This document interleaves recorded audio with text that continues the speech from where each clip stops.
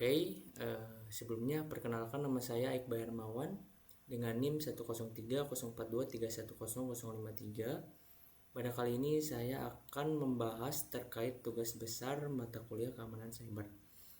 Oke, di sini saya akan menjelaskan terkait materi tentang brute force. Nah, brute force sendiri yaitu metode serangan yang dilakukan dengan menguji banyak kombinasi nama pengguna atau username dan password dan dilakukan secara terus-menerus sampai kita mendapatkan akses yang valid, gitu ya.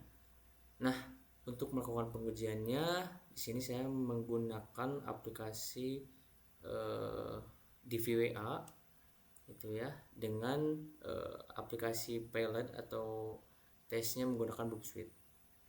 Nah, sekarang kita melakukan tes terlebih dahulu, di mana kita melakukan coba login gitu ya dengan menggunakan username dan password yang tidak valid.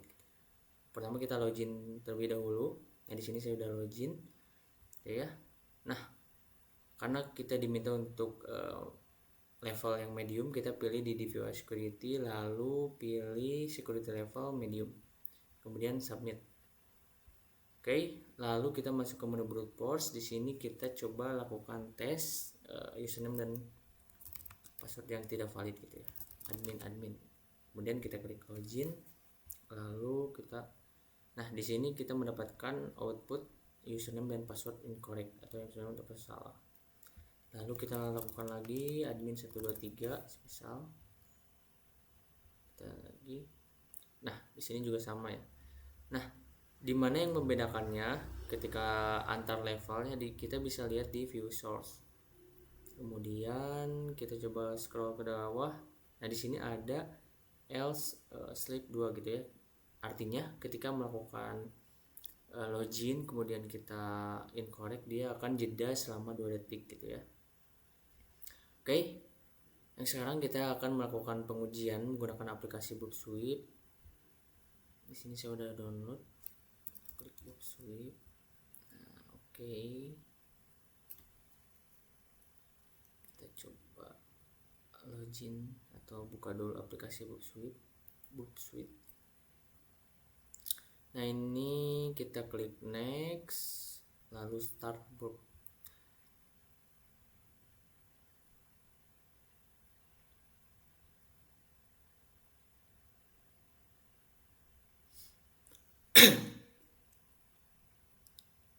Oke, ini tampilan awal dari aplikasi Booksuite. Lalu kita pilih menu proxy. Nah, di sini kita akan melakukan intercept atau nge-query dari hasil kita menginputkan login dan password tadi. Nah, yang pertama saya akan melakukan intercept of terlebih dahulu supaya dapat masuk ke menu DVWA. Kita open browser, lalu tunggu hingga dia membuka. Nah, di sini kita masukkan ini URL dari DVWA tadi. Nah, di sini saya udah login, lalu kita set lagi dari DVWA security-nya menggunakan level medium, lalu submit. Oke. Kita masuk lagi ke menu brute force, lalu kita masukkan username dan password yang tidak valid. Nah, sebelum dilakukan login, saya ingin mengquery hasil data dari login dan daripada menu brute force ini. Nah, caranya gimana? Caranya kita melakukan intercept. Nah, di sini kita on, lalu kita kembali lagi dan klik login. Nah, di sini dia akan melakukan query atau nge-load data ya.